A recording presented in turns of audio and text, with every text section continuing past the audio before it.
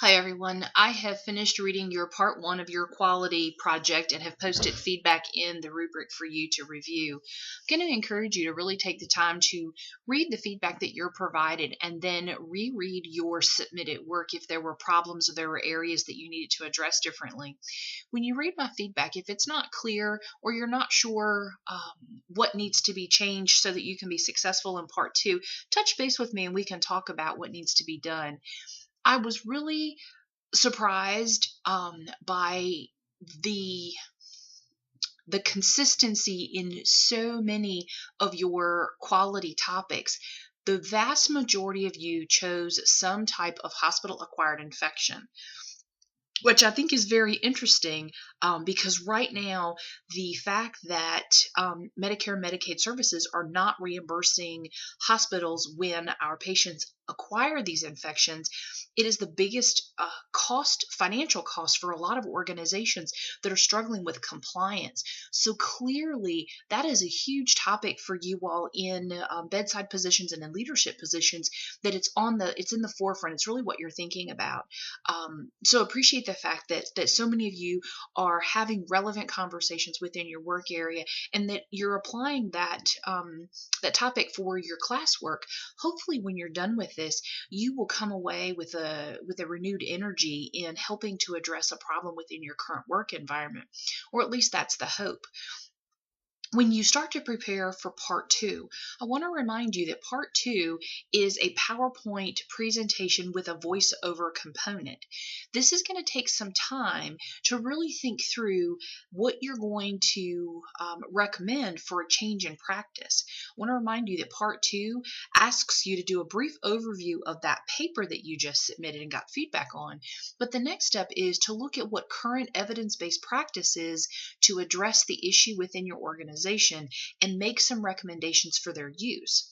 So think about what the problem is that you're dealing with now and start thinking innovatively. Start thinking about what evidence-based practice is out there. I'm going to encourage you not to wait until the last minute to throw this out there and try to sort through it.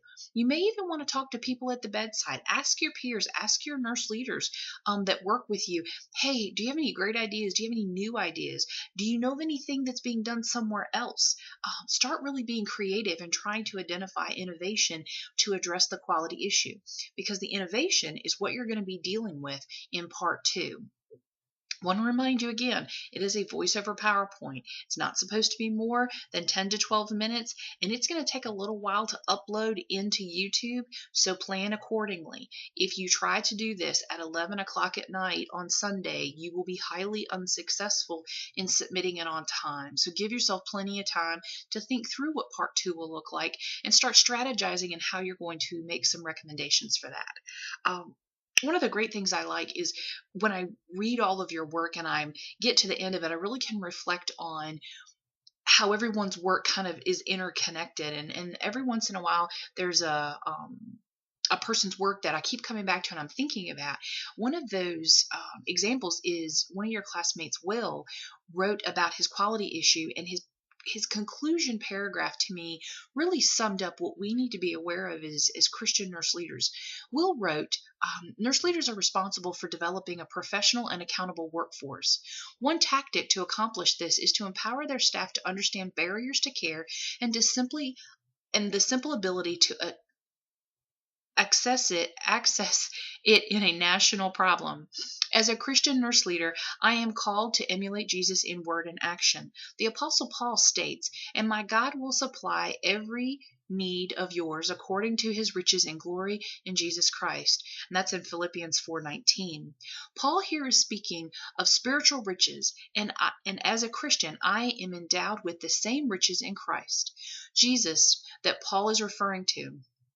It is my job to ensure that patients can have access to care when they need it. Furthermore, as a Christian nurse leader, it is my job to foster this culture amongst my staff and show glory to Jesus by improving the quality of care for his people. I think that is such a beautiful capstone to why, as Christian nurse leaders, quality of care should matter. They are all God's people, and we as Christian nurse leaders are highly accountable to making sure that we provide them the care that they are so deserving, which is one of the reasons that in the development of this assignment, I really wanted to focus on quality, because it is such an important aspect of being an effective nurse leader, is not only understanding quality from a leadership perspective, but understanding it in a very personal way for our patients. So I appreciate Will's insight with that. As you, from an APA standpoint this week, the only major issue I saw that was repeated was how to handle formatting of a website. I want to remind you that when you are creating a reference for a website, you're going to use the author, the date that the website was either established or maintained, and normally active websites are current in the year, so it should be the year that you're looking at it.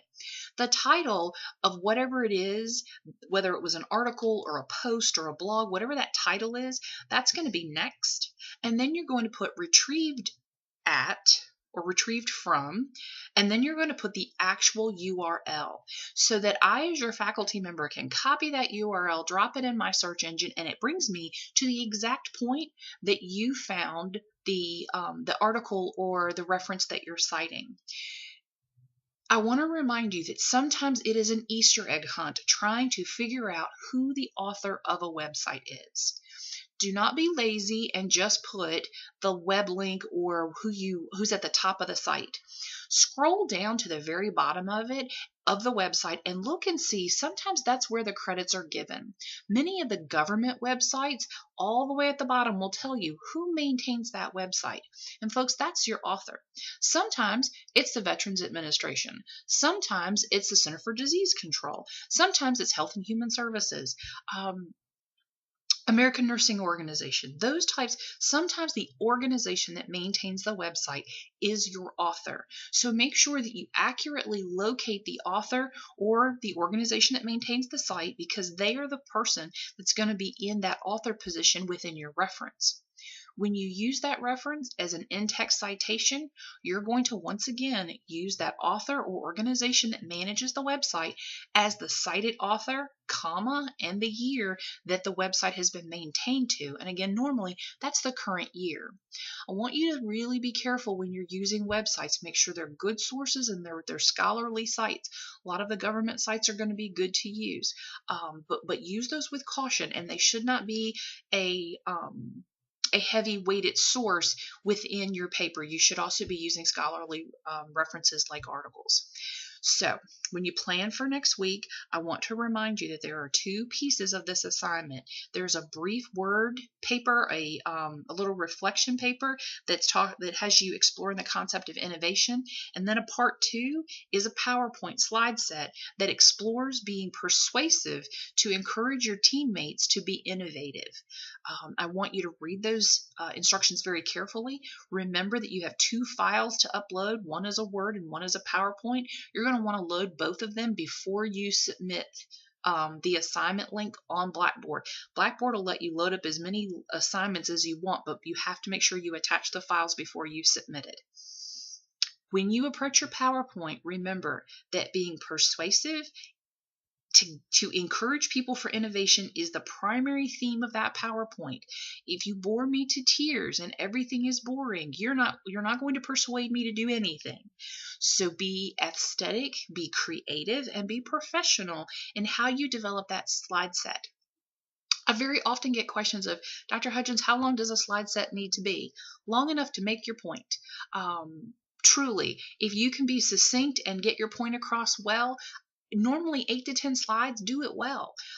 Sometimes you need a few more, sometimes a few less. Use your own judgment. I'm not counting slides. I'm counting whether, when I look at your slide set, whether I'm persuaded and I'm engaged in the topic. So I hope that helps. I hope you guys have a great week. As you read feedback, if you have questions or concerns, know that I'm here. I know this was the first big assignment you've had for this course. It also hooks to a part 2. So it's so important that you make sure that you've got everything pulled together and it all makes sense before you move on into the next few assignments. I hope you guys have a great week. Take care.